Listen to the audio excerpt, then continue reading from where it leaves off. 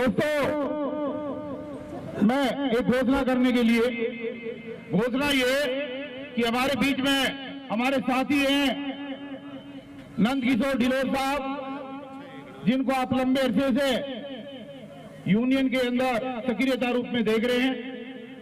हमारी ठेकेदारी हटाओ इस टीम के अंदर हम इनको जो है एक पदाधिकारी के रूप में आज जिम्मेदारी देने वाले हैं। तो मैं आपके सामने आज इस मंच से उनके बोलने से पहले ये घोषणा करता हूं कि ठेकेदारी हटाओ राष्ट्रीय संयुक्त मोर्चा के अंदर आदरणीय नंद किशोर ढिलोर जी को जो है प्रवक्ता के रूप में हम इनको नियुक्त करते हैं और हम उम्मीद करते हैं कि इनके इस संगठन में जुड़ने से और पदाधिकारी बनने से हमें नई ऊर्जा मिलेगी, नई दिशा मिलेगी और ये संगठन और ज्यादा मजबूती की तरफ बढ़ेगा। कोई भी आंदोलन बिना पैसे के नहीं चलता है। मेरी बात गौर करके सुने आप लोग। कोई भी आंदोलन बिना पैसे के नहीं चलता है। 1970 के दशक में एक आंदोलन इस देश के अंदर शुरू हुआ, एक नोट और एक वोट का आंदोलन, और उस आंदोलन की बदौलत देश के सबसे बड़े सूबे के अंदर उत्तर प्रदेश के अंदर सरकार बनी। लोगों ने एक एक रुपया दिया, लोगों ने एक एक वोट दिया।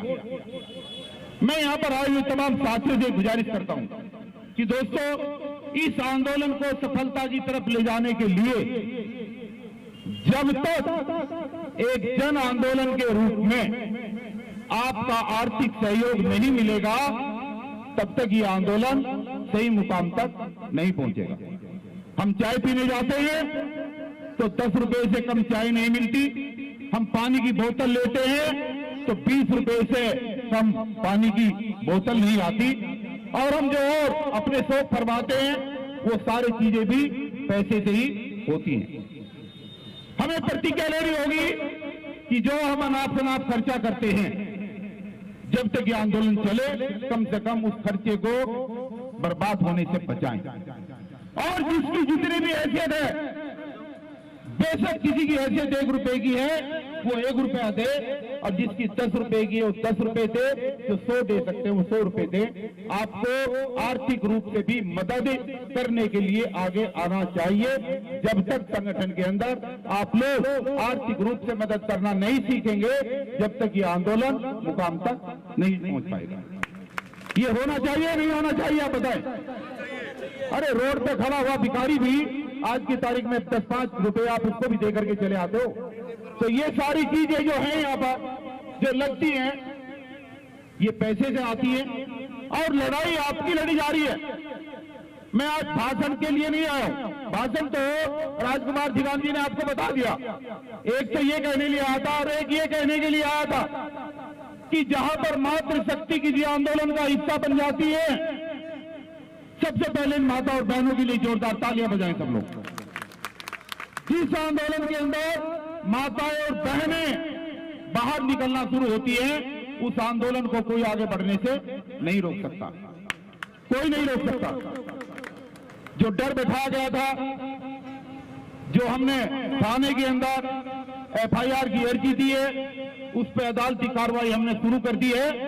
और मैं आप लोगों को ये बताना चाहता हूं कि वो कोई हवाई फायर नहीं था। फर्ज बाजार थाने के अंदर 56 कर्मचारियों ने AC के खिलाफ जो FIR करने की अर्जी दी है, उस पर कार्रवाई होगी और इस असिस्टेंट कमिश्नर को जेल जाना होगा जिसने हमारे कर्मचारी को धमकाने का काम किया है। किसी से घबराने की जरूरत नहीं है।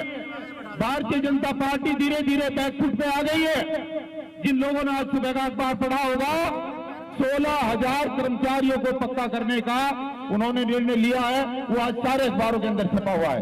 इसलिए आपकी ये लगाई हुई चिंगारी ये दूर तक जाएगी, ये रुकने वाली नहीं है। इसलिए दोस्तों, मैं आपसे ज्यादा लंबी बात ना करते हुए सिर्फ इतनी गुजारिश करने के लिए खड़ा हुआ हूं बीच में कि जो भी प्रोग्राम आपको मिले, ये वोट की चोट का समय है, दिल्ली का चुनाव आपके सर पर है और इस चुनाव सर पर होने का जितना भी एक महीने के अंदर आप ज्यादा से ज्यादा फायदा ले सकते हो और सरकार को झुका सकते हो तो आपकी बात बन जाएगी। और अगर ऐसा ना हुआ, भैया क्या हो रहा है, एक मिनट प्लीज थोड़ा, अगर ऐसा ना हुआ तो मैं आपको अवगत कराना चाहता हूं कि अगर यहां पर प्राइवेटाइजेशन हो गया इस चुनाव के बाद तो जितने भी कच्चे कर्मचारी हैं आप सबका भविष्य बर्बाद हो जाएगा। आपको आने वाला लाला, आपको आने वाला ठेकेदार प्राइवेटाइजेशन के बाद कोई भी नौकरी पे आपको नहीं रखेगा, क्योंकि आज 10,000 और 12,000 रुपए में बीए और एमए किए हुए बच्चे बिल्कुल तैयार खड़े हैं कागज हाथ में लेकर के। इन चीजों को अगर आप समझ लोगे समय पे तो इस आंदोलन को आगे बढ़ाओगे। इसलिए किसी को घबराने की जरूरत नहीं है और किसी को जो है इससे विचलित होने की जरूरत नहीं है। संख्या की दृष्टि से आप लोग जितने भी हैं, हमें इतने ही बहुत हैं, लेकिन इस मुहिम को आगे बढ़ाओ, इसको प्रभावी बनाओ। और भारतीय जनता पार्टी की मैं बात कर रहा हूं, देखिए इस देश के अंदर बस 1 मिनट की बात लेकर के आना साहब, मैं अपनी बात खत्म कर रहा हूं। जब बाबा साहब ने, सुनने लायक बात है, जब बाबा साहब ने संसद के अंदर संविधान लागू करने के लिए दिया 26 जनवरी 1950 की बात, तो भारतीय जनता पार्टी के लोगों ने, आचार्य कृपलानी ने, जब बाबा साहब बाहर निकले तो वो हंस रहे थे, तो भारतीय जनता पार्टी के एक आदमी ने, आचार्य कृपलानी ने बाबा साहब से कहा कि बाबा साहब आज आप बहुत खुश हैं, जबकि सच्चाई कुछ और थी। सच्चाई ये थी कि उससे 2 दिन पहले ही बाबा साहब का जो सबसे प्यारा बेटा था वो एक्सपायर हो गया था। लेकिन बाबा साहब को चूंकि संविधान समय पर जमा करना था, इसलिए उन्होंने वहां पर कहा था कि आज मैं अगर अपने बेटे के चक्कर में लग गया तो इस देश के करोड़ों बच्चों का कत्ल गांधी एंड कंपनी कर देंगे। इसलिए वो रुके नहीं, वो झुके नहीं, अपने बच्चों की बलिदानी दे दी। उधर रो रहे थे, लेकिन जब संविधान दिया तो हंस करके निकले। तो कृपलानी ने यह कहा कि आप जो डॉक्टर साहब हंस रहे हो, ये आपका समाज बिकाऊ है, ये आपका समाज अनपढ़ है, अशिक्षित है, हम इसको खरीद लेंगे, हम इसको गुलाम बना करके रखेंगे। तो बाबा साहब ने एक बात कही थी कि मैंने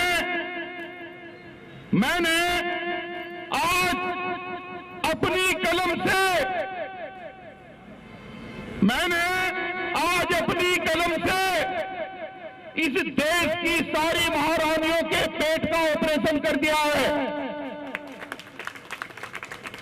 मैंने अपनी कलम से इस देश की तमाम महारानियों के पेट का ऑपरेशन कर दिया है।